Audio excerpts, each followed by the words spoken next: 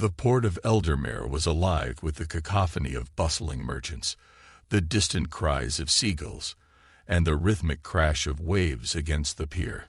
It was a place of transition, where people and goods crossed paths, carried on the backs of sturdy ships to destinations near and far. Among the many faces in the crowd, one stood out, a man with piercing green eyes that seemed to hold the reflection of the sea itself. This was Captain Aiden Dalloway, a name spoken with admiration and whispered reverence by those who knew him. Aiden was no stranger to the ocean's embrace.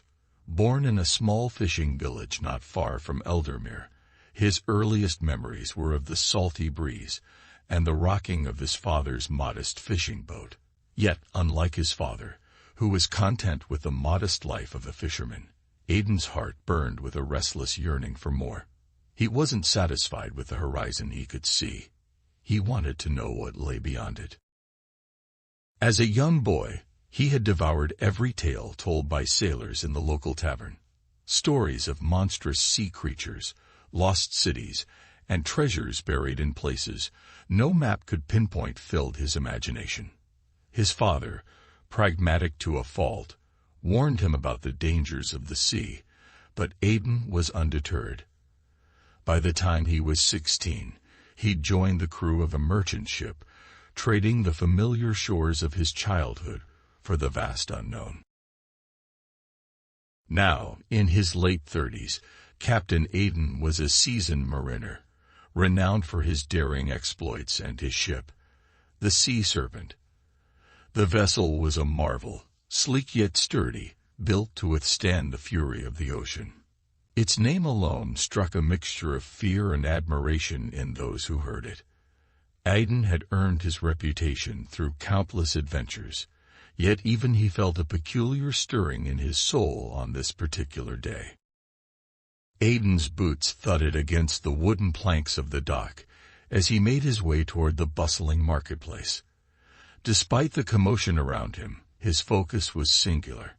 Earlier that morning, a chance encounter with an old cartographer had left him with more questions than answers. The man's shop had been tucked away in an alley, its sign so weathered it was barely legible. Aiden, drawn by curiosity, had stepped inside to find shelves cluttered with maps, compasses, and instruments whose purposes he could only guess. The cartographer, a wiry man with spectacles perched on his nose, had greeted him warmly. "Looking for something particular, Captain?" the man had asked, recognizing Aiden immediately. Aiden's reply had been casual, just browsing, but his tone changed when his gaze fell upon a peculiar map pinned to the back wall. Unlike the orderly charts of known waters, this one was chaotic, its lines twisting and turning like the tentacles of some great beast. "What's that?" Aiden had asked, stepping closer. The cartographer's eyes had gleamed with an almost mischievous light. "That, my dear Captain, is no ordinary map. It's a puzzle, a riddle if you will. Many have tried to decipher it, but none have succeeded." Aiden's curiosity was piqued. And where does it lead? The cartographer's response was cryptic. "To the greatest treasure the seas have ever hidden, or so the legend says. But beware, Captain. Maps like this come with a price, and not all treasures are worth the cost." Despite the warning, Aiden had purchased the map.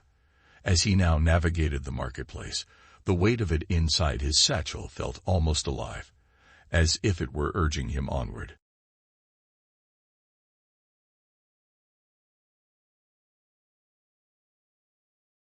Back aboard the Sea Serpent, Aiden unfurled the map on the captain's table. The cabin was quiet, save for the creaking of the ship and the distant cries of gulls. His first mate, a grizzled veteran named Fergus, leaned over his shoulder, squinting at the strange markings. "What in blazes is this mess?" Fergus grumbled. Aiden smirked. A challenge. "Or a fool's errand," Fergus countered. "You know as well as I do that half the legends these old codgers spin are just that, legends." "And the other half?" Aiden asked, raising an eyebrow. Fergus had no reply. He knew better than to argue with Aiden when the captain had that glint in his eye. Instead, he sighed and crossed his arms. "So, what's the plan?" "We set sail at first light," Aiden said, his voice firm. "If this map is even half as important as the old man claimed, it's worth the risk." The decision made, Aiden wasted no time.